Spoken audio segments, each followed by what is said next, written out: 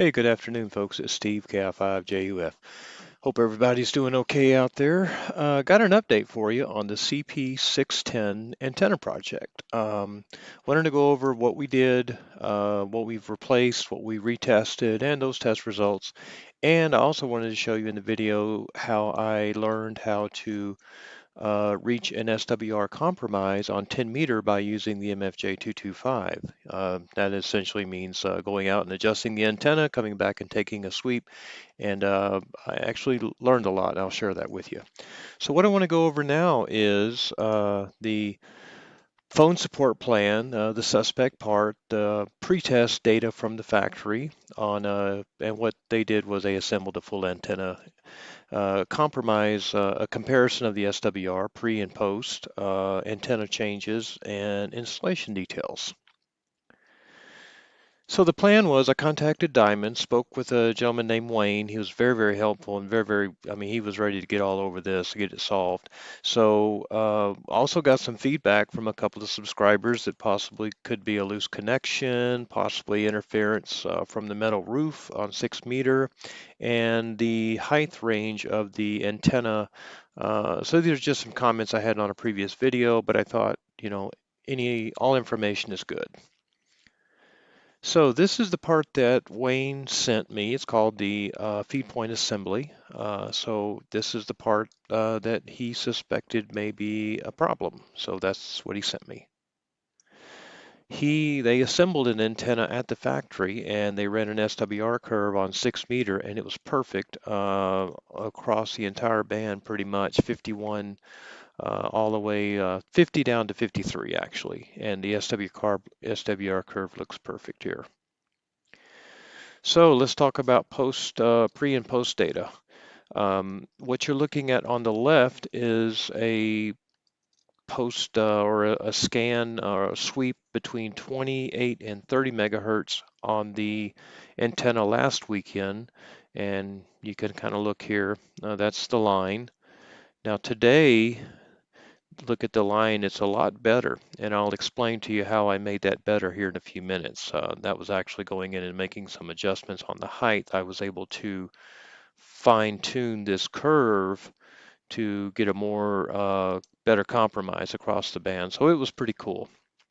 But you can see they're relatively close. Got a little bit better on this one.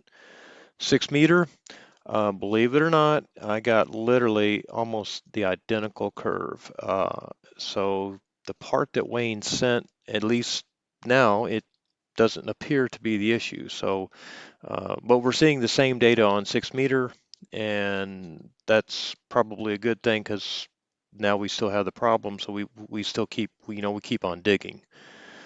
We did a broad sweep, got a little bit more resolution over here, a little bit more cleanliness over here in this area, down around 10 meter, so forth. But as you can see, the rest of the sweep, the pattern is almost a fingerprint, the same. So just information. So what changed?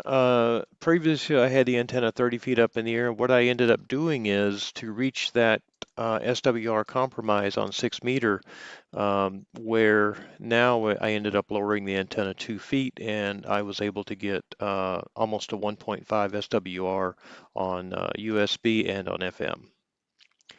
This is the roof. I know one subscriber said a metal roof. The CP610 doesn't like a metal roof. So anyway, that's a picture of the roof. A lot of metal, believe it or not.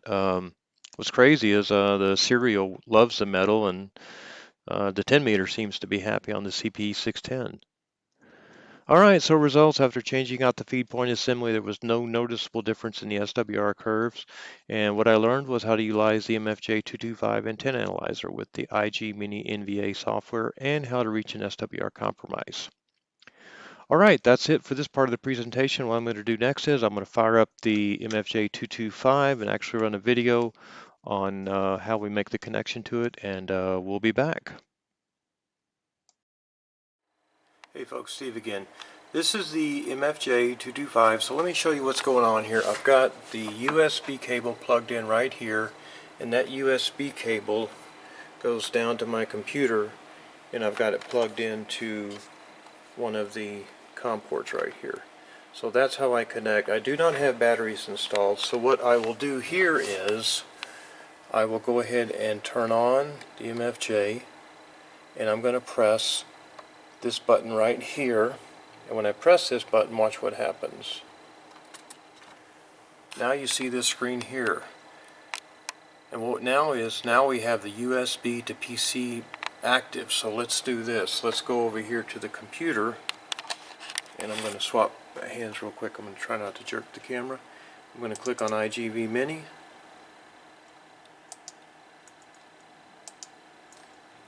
and there I have it right there. I have IGV Mini. It's turned on and it's in service. So let's do this real quick here. I'm trying not to shake here. But that's how you make the connection. You just simply you take your antenna, connect it here, and then I've got a little jumper here that goes right back here. This actually goes out to the feed line to the antenna, and then from that point you're good to go. And then what you would do is whenever you're done, you just go ahead and close this out and turn this off, and that's how you do it. So that's a quick intro on how to connect the MFG-225 to your laptop. Okay, folks, we're back. I've got the IG Mini VNA, and what I wanted to go over real quick was a couple of things. So what I'm going to do here is I'm going to put in the frequency of 28 to 30, and I'm going to turn off, this is return loss, and I'm going to look at impedance, which should be about 50 ohms.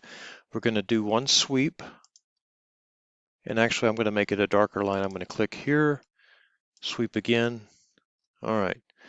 So what I want to show you is, this is SWR, is how good this antenna is down here in the voice region. I am pretty much resident at 28,400. If you pay attention right here, the SWR is 1.5 and the impedance is about 70 ohms, which is about right if you do the math. But what's cool about this is 1.5 here. If I want to talk on AM, I'm also at 1.5. Look at that. That's where the compromise is. I was able to find SWR specifications in the frequency ranges on 10 meter that I want to talk on. And lastly, this is the bonus here, 29,600, which is FM right here. You'll notice is 1.7. So essentially what we have is we have 50 ohms on 400, which is upper sideband voice phone, 2900, which is AM 1.4, and then in 29,600 we have 1.5. So what I have is I have the ability now to basically talk on 10 meter, and I don't need an antenna tuner anymore. I can just get on there and go. And the way I did this was I would go out to the antenna and had a black permanent marker, and I would mark on the pole at this height, the SWR was this, and I would lower it, and then I'd write that number down or raise it. And so I ended up, after about 3 hours of going up and down a ladder and sliding the pole and so forth, I got the antenna resident, and it's perfect at 1.5. So that's the SW compromise.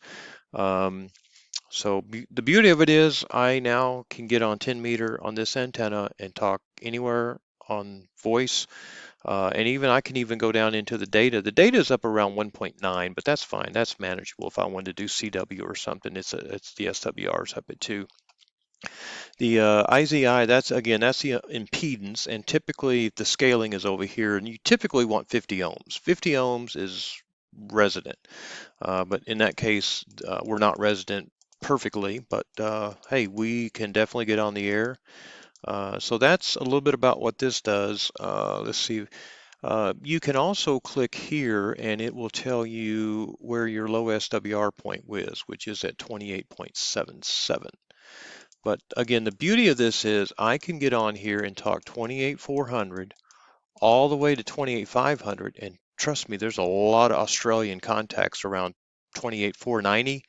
A lot of Australian contacts come in there, 28,490 sideband. So anyway, that's a little bit about this program. Let's just take a look at 6 meter just for fun.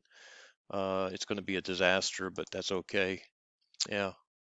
It's just crazy. I mean, SWR3 all the way across. Just totally ridiculous. Let's do a broad sweep, and there it is again. Yeah, it's 27 over to 54.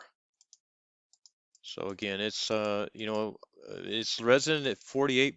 It's resident at 35. So of course, unfortunately, those are not ham bands, so I can't use the antenna. And if I go down to say, for example, 7 megahertz, um, it's not usable anywhere. It's 7 meter, it's not usable. 14 meter, it's not usable. It's just off the chart. So this antenna, I could not get it to really do anything else. So anyway, that's just a quick overview of IGA Mini, and what I'll do next is I'll run a quick video on how I connect, and I'll put that prior to this video. So anyway, thanks again for watching.